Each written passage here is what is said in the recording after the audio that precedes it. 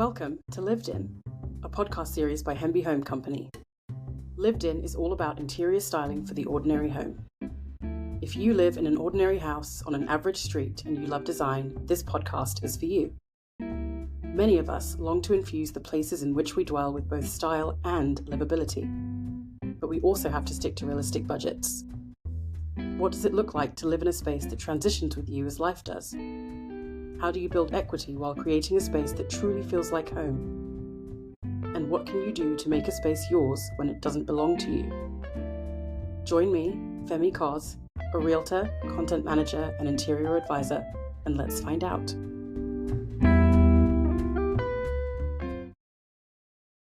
Hello, guys. Is that title enough of a hook for you? I have to say right away that this is not an episode where I am hating on residential home builders. As a realtor, I work with a lot of them and have a deep appreciation for them. And I must say they are not all equal. Some are quite obviously, quite significantly, much better than others. So just, shop around if you're building or buying a house with one of them. Okay, so this entire episode was triggered by a statement I heard someone say recently. And it was, I think it's Bridget, but it could be Brigitte Muller, who lives in a beautifully charming apartment in New York, which, by the way, she made it charming. It really is all her. But she was talking about how old homes have a soul already embedded in them because they've lived lives. That's her quote. Old homes have a soul already embedded in them. That's her quote. Old homes have a soul already embedded in them because they've lived lives. Gosh, I have to try again. That was her quote. Old homes have a soul already embedded in them because they've lived lives. And to a certain extent, I think that's true. But I also think old houses seem to have a soul embedded because they were built with soul. Does that make sense? And potentially I am romanticizing old homes far too much. But essentially, I think one of the reasons that old houses have so much charm and character is because somebody took the time to care about them and design them with the intention of being good design and therefore containing charm and character, versus simply being 10 of the same variation of house in the same neighborhood. Again, before we go any further, this is not me saying I don't think that you should buy a home built by a residential home builder. I think there are a lot of great advantages to doing that, but I do think it pays to be aware of what you're getting when you do that. Most of the time, these homes are being built either as spec or as semi-custom homes. So a spec house is essentially a house a builder builds completely without any client input. They build it from the ground up. They choose everything, all of the fixtures, the whole shebang. And then the client is a home buyer who comes in and buys the property as it is. Then there are also semi-custom homes, and I'm describing them as semi-custom because it is possible that the person buying the house has some input on the design, but it's never as much as they would have if it was a fully custom-built home. So that's why we say semi-custom. Now think about contemporary design, and I know I'm kind of jumping in a few different places here, but I'm kind of trying to lead to a central point. So we've spoken about that. They're either being built as spec or semi-custom homes. Now, if we talk about contemporary design to me is design that reflects where we are at this point in time. That doesn't mean it has to be, a completely outfitted, you breathe and turn the lights on and your eyeballs unlock the front door type of house. But it does mean that you would expect to see a certain type of material being used, maybe something that's more eco-friendly or a manufactured material that is gentle on the environment, or something that makes use of or recycles existing materials, that kind of thing. And then you also would probably expect to see, depending on where the where the building is going to be, something that reflects kind of what's happening around it.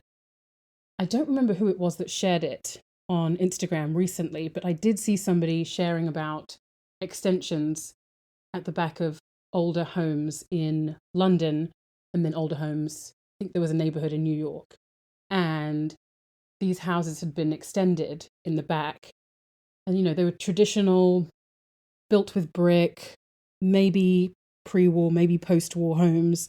And then they'd been extended in the back with these really tasteful glass extensions. And to me, that's a reflection of contemporary. I mean, glass extensions have been happening on older buildings since I was a child. I grew up watching Grand Designs with Kevin MacLeod. If any of you have watched it, you know exactly what I'm talking about. But half of the renovations that we saw, or the buildings that we saw on that show, were a combination of really revering historical architecture and then also celebrating the modern, celebrating the contemporary, fusing the two together. And so that to me is an accurate reflection of where we are at this point in time. It's 2024. We're in the future, guys. You're old enough to listen to this. Except if you're my co-worker's daughter, Eden.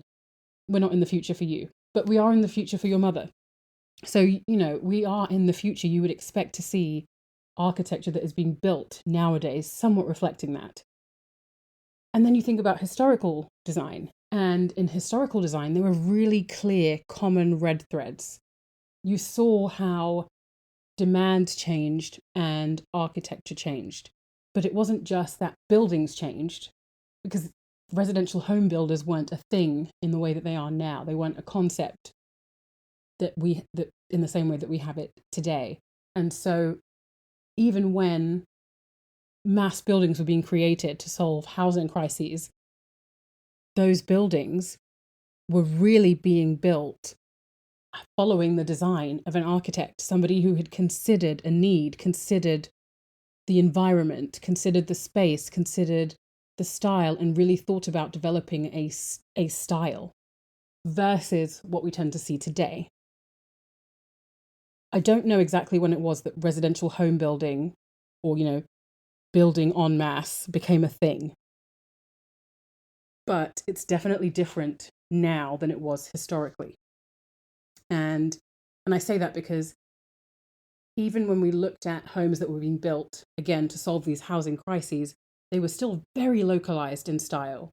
So you would look at a building. I actually watched recently an Architectural Digest video on YouTube, and it was an architect talking about different quintessentially Californian architecture styles or home styles. And he talked about all these different ones. And even in those cases, they were designed to fit within that specific landscape. The design that you see, some of those designs that he showed in the video, and I'll have to link it in the show notes, some of the designs you saw in that video, you won't see them in North Carolina, for instance, because they're not needed. It's a very different style in North Carolina than it is in California. One of the designs that he spoke about was the mission style. And mission style is so specific and so unique to California and that coastline because of the unique Spanish influence there. And when the missions were being built, that kind of architecture wouldn't make sense in North Carolina. And I think that's part of the element that we're missing. So let's take a few minutes. Let's talk about how to tell the difference, if you will, between when an architect has designed a home versus when it is a house plan selected by a home builder. Because you can tell. And I think there are about, I think I said 4 different ways. We'll see if there are 4 or 5. But I think there are about 4 different ways that you can tell. Here's the first one. A home builder built home is typically not informed in terms of design. Now, again, I say typically, I say generally speaking, because I recently posted a reel on Instagram, cool houses you should know about, and it included a mention of a passive solar home that was designed by an architect. Now, that one was different. 1, because it was designed by an architect. 2, because she still, even though she had designed the plan and they purchased the plan, she still tweaked it to make sure that it made sense and was an informed design for where they were looking. But typically, home builder built homes are not informed. Good design is about more than just beauty. It is also about intention and solution. And unfortunately, again, not always, a lot of home builder homes can be very trend driven. And trend driven isn't as great as being solution driven. We want solution driven versus trend driven. I don't know that anybody has ever walked into a home builder built house or a home builder plan that they've chosen and said, oh my goodness, they thought of everything, or this is so considered, because it's not. A quote that I love, that I think captures some of this problem so well, is this quote from my favorite architect, again, no guesses here, Gil Schaefer, and it's from his book, Slip Covers Don't Need to Endure, but I believe architecture can and should. And that, in a sense, almost sums up one of the key things, which is currently residential home design is not enduring. It's too trend driven. And so it's not enduring. What's happening is that things are going out of style and going out of fashion really quickly. It's almost like the TikTok interior design trends, which are here today and literally gone tomorrow, because it's not enduring. It's too trend driven. The second way that you can tell a home builder built home versus an architect designed home is that the home builder built homes rarely, in my experience, factor in the various elements I do think should be a factor. Going back to Gil again, he says site, landscape, climate, location, and local aesthetics. And I said something very similar when I was talking about context in design in one of our very first podcast episodes. Context really matters. And so the way of choosing a design style is literally the opposite of the way home builders do things. So an architect is going to say, let's look at the specific site, look at the landscape around it, let's look at the climate in this location, how they're going to be living, let's look at the local aesthetics, what do local buildings look like, what's the style of the buildings around it. They're going to take all of that into account. The way a home builder does things, typically there may be some influence in terms of style, and some influence in terms of climate. But really what a home builder does is find a plot of land that works for what they need to build, but works financially for what they're trying to get in terms of financial outcomes. And then they create a neighborhood with identical looking homes that all essentially basically reflect one another and give very little consideration to existing styles surrounding. Now, again, this is not every single home builder. Some builders do it better than others. Some do it worse than others. But the whole narrative, the whole dialogue in terms of style tends to be the same, which is, this is a neighborhood built by this builder, thus all the houses look the same or very similar. The third way, in traditional architecture, care and attention is given to moments. There is a certain determination to create moments of beauty and sensitivity that attract the dweller and really pull them in. And this is also typically reflected in the materials that are used. Now, there are some builders who allow you to upgrade materials. You can think of one of my favorite builders in the area, who will remain nameless, but they allow you to upgrade the materials. So you don't have to go with, the level 1 quartz. You could have level 2 or level 3, that kind of thing. But otherwise, what you often see is similar features across the board with all the different builders. And these are features like doors that are not made of solid wood, cheaper knobs, standard builder grade fixtures like the mirrors that take up the whole wall, and the vanity light, and the sink being standard, and the faucets being standard. All of those things are used in the same way. The idea of creating a moment with the materials and the way that they're arranged is completely lost in residential home building. The fourth way, and I was right, this is number 4.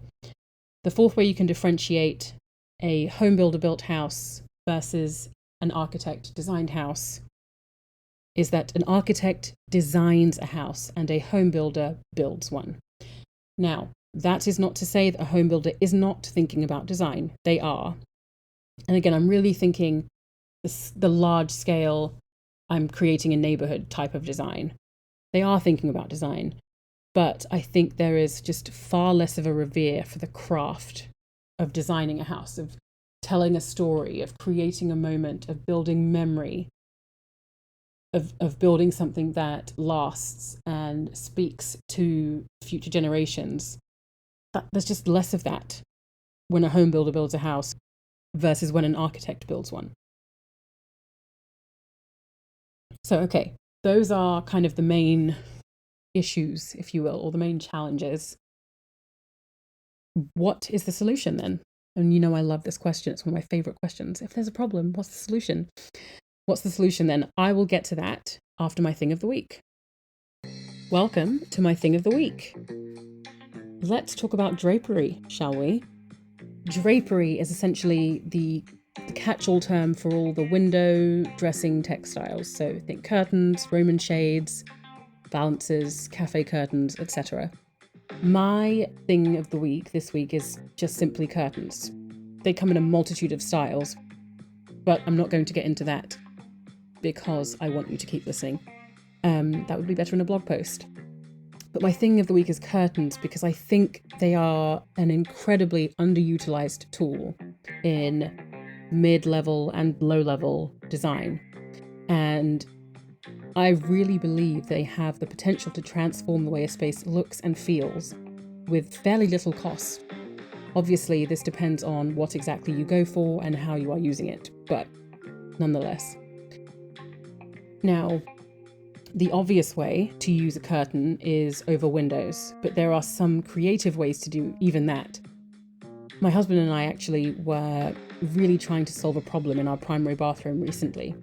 We really wanted the light to flood in, but wanted it to be private. And our kids' trampoline, so our bathroom overlooks the backyard or the back garden, and our kids' trampoline is kind of right there behind the window. And honestly, it's incredibly rare that one of us is taking a shower and the kids are jumping around outside. But it's a thing. The potential is there, so we wanted something private. I wanted a cafe curtain. I'll link one on the website if you don't know what those are. But my husband was concerned that if our kids were jumping around outside on the trampoline, then they would still see it, and so that was a no. I then considered doing a Roman shade, but it felt too thick and it wouldn't let enough light in, and I didn't want it to be down all the time for the sake of privacy. I just think a Roman shade that's open is far more inviting than one that's down, closed. So that was a no as well. I also really love shutters, but I knew that those would be really pricey, even for the size of our fairly small window. It's just one window. And then finally it hit me that I could layer the curtains. So what we opted for was a semi-sheer curtain in bright white to sit over the window permanently, so the light can still come in. And then on the outer edges, we added non-sheer curtains with, discreet colouring, discreet trim. So the white sheer curtains, those stay closed and prevent people from being able to make out anything in the bathroom, but they still allow all that light in, which means that our bathroom isn't dark. It's lovely. I'll include an example image on the website. But all that to say, there is more to curtains than the simple put a pair over the window application. You can use curtains as dividers. You can use them in lieu of wall treatment like wallpaper or paint. One of my dreams is actually to do a whole room curtained. It would be so beautiful. You could also, do a curtain as a headboard, or you could use a pole and drape them across the ceiling and down the wall, like a bed canopy. Again, I'll include links. Or you could put them on a track to enclose the bed, so it feels like a four-poster bed for absolute maximum coziness. Maybe I should do a blog post about creative uses for curtains. I might do that. Stay tuned. But anyway, that is my thing of the week. Curtains. Check them out. Think outside of the box. All right, let's get back to the episode.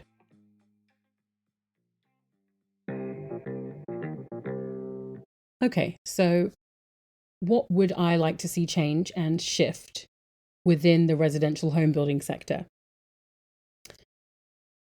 I think first and foremost, I would like to see more collaboration. Is this already a thing? And I'm just very ignorant of it? I don't know. I'll have to take a look and see. But I really feel like that's a great opportunity to do things better and have home design that is more considered and less trend driven. I mean, just think for a second. Imagine if someone other than Gil Schaefer, maybe Bo Clowney or Persley Dixon or Stan Dixon or Patrick Ahan. I love his architecture too, by the way. I should do a feature on different architects that I love, maybe a whole episode, because there are so many that I love. But imagine if one of those guys collaborated with a residential home builder to create house plans that were designed with the specific location in mind, that took into consideration the landscaping as well. I mean, that would be incredible. And I honestly think that that kind of collaboration would yield just the most amazing results.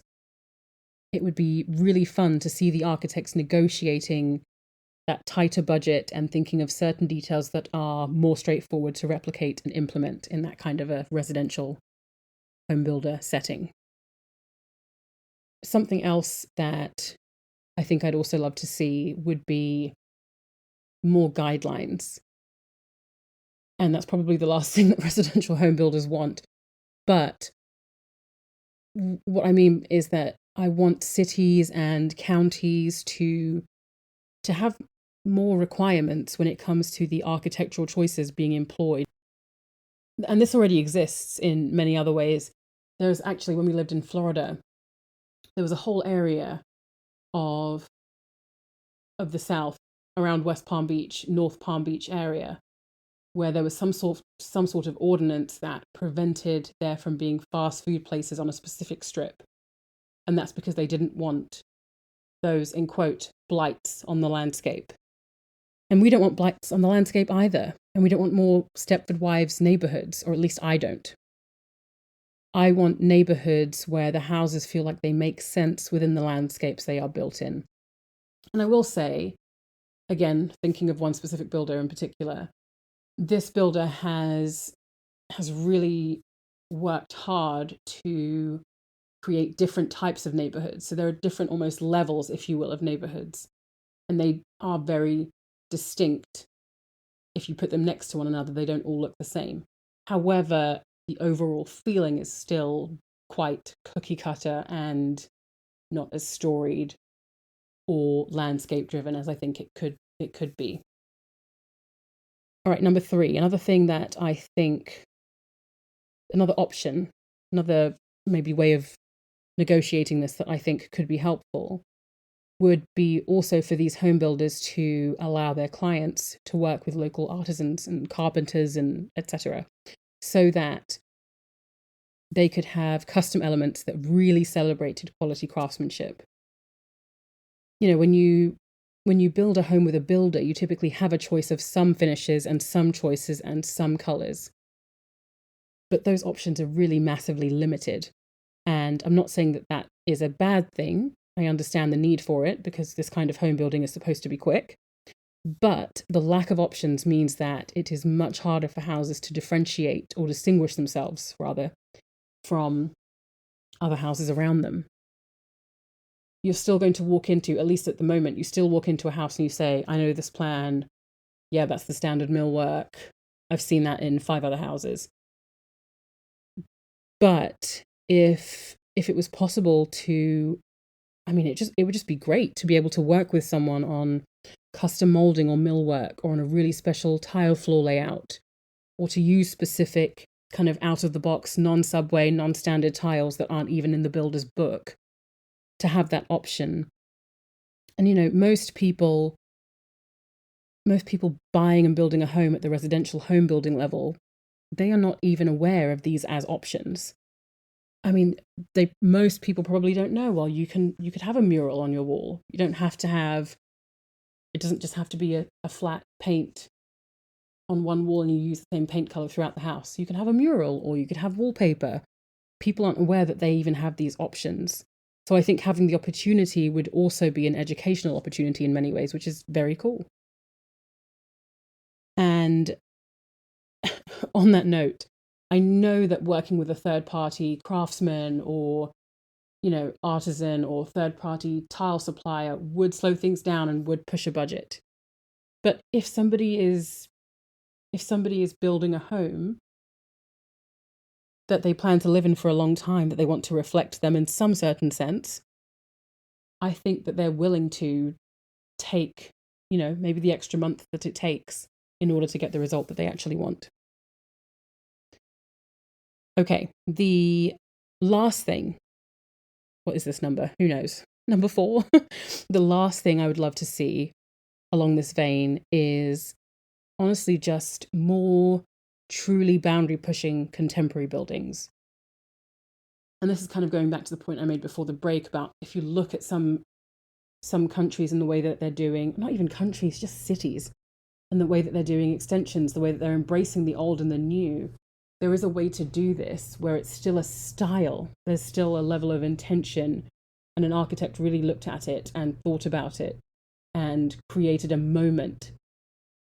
Something that I think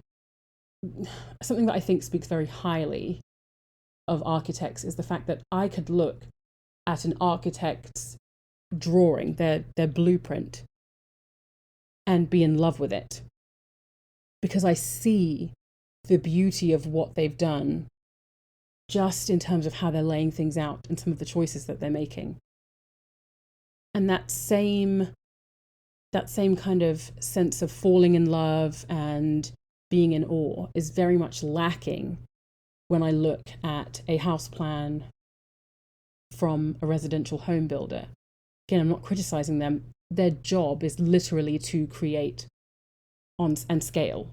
And I understand that means making some simpler choices and maybe not paying attention to certain details, or not paying attention to those details, but not making those a focal point. But I think there's a missed opportunity to do something that's just really cool. And people may push back on me with this, but it is actually possible to do that at scale. The majority of homes being built across America, which is the country I'm recording in, they are not, number one, they're not using any groundbreaking, eco-friendly technology to be more efficient.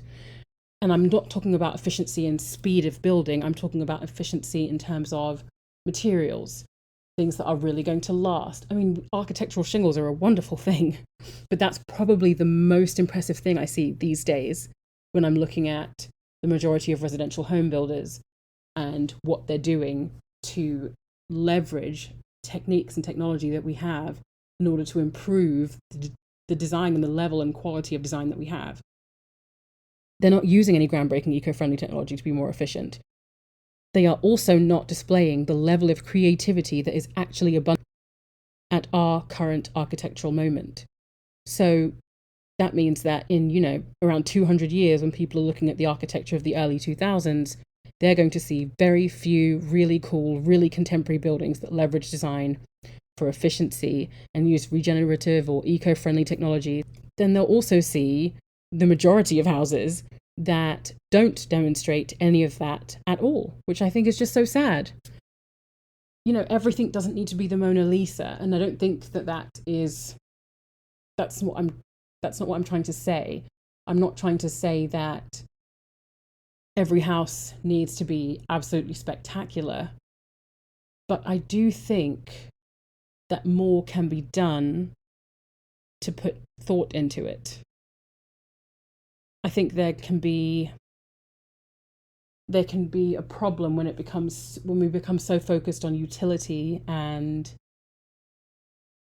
efficiency that we lose a richness and vibrancy when it comes to our landscape. Those houses that all have the same layout, those are going to be the majority of the houses in a couple hundred years' time if we continue building spec homes and semi-custom homes in the way that we are currently. And that to me is just a bit of a shame, because we're missing something that I think has been there in previous generations when it's come to how we build houses. I completely understand the need for bulk single-family housing. Hello, I'm a realtor and inventory is low. It's so low. We need more housing. So I completely understand that. But at previous times in history when housing needs were great, and I mean great, architects were the first port of call. And houses were built in that specific style designed by the architect to be efficient and well designed and work with the landscape. The need didn't outweigh the craft. And I think that's kind of what's happening at the moment.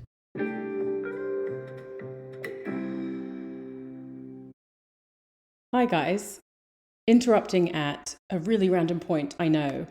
I had this podcast all scheduled, ready to go. I was very organized, had it ready to go. And then on Monday, so 2 days ago, 2 days before you're listening to this, The Business of Home, which is a podcast that I listen to all the time, featured an interview with none other than Gil Schaefer.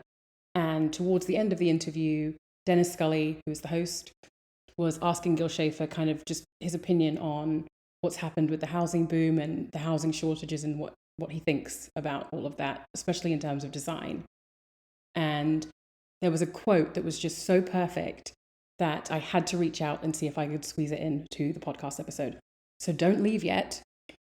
I'm going to insert it, and then we'll get back to the closing of this episode. All right, here's the quote. We do talk about it, I think, because, I mean, obviously a lot of us are focused on the very high end, but realize that that's not what the whole, the bulk of the world is. So it is a problem, and I don't know how to, and then the other problem is that what is provided at the lower cost basis is the design of it is also pretty bad, so how can, I know it's something that the Institute has been thinking about, is there other ways to, the Institute of Classical Architecture, other ways to somehow give some design input into more affordable models for housing that are at least dignified looking and have some of the qualities of the higher end in terms of just design intent and design quality.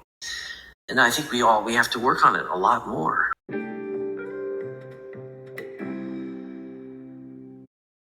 So there you have it. I love what he said. I love that it's something that the Institute of Architecture is thinking about. I think that that's incredible. As I mentioned, I will link to that episode in the show notes. It is called Business of Home. It's hosted by Dennis Scully. And the guest was, again, my favorite architect, Gil Schaefer. So go ahead and listen to the whole thing. It's all worth checking out. All right, let's close out this episode. I think there's just opportunity. There's so much opportunity for builders and architects to collaborate so that there is a shift towards, in a certain way, how things used to be. I also have some really good news. A few weeks ago, I recorded an interview with a guest who I am incredibly excited about. And this guest and I, we talked about some of the stuff that we talked about in this episode. But more excitingly, we talked about how to take a spec home from a builder and make it something that feels more storied and more crafted, which is the thing that I think is lacking. So get excited. Make sure you're following the podcast in your podcast app so you'll get notified. And my guest and I will be back with you in 2 weeks' time. See you then.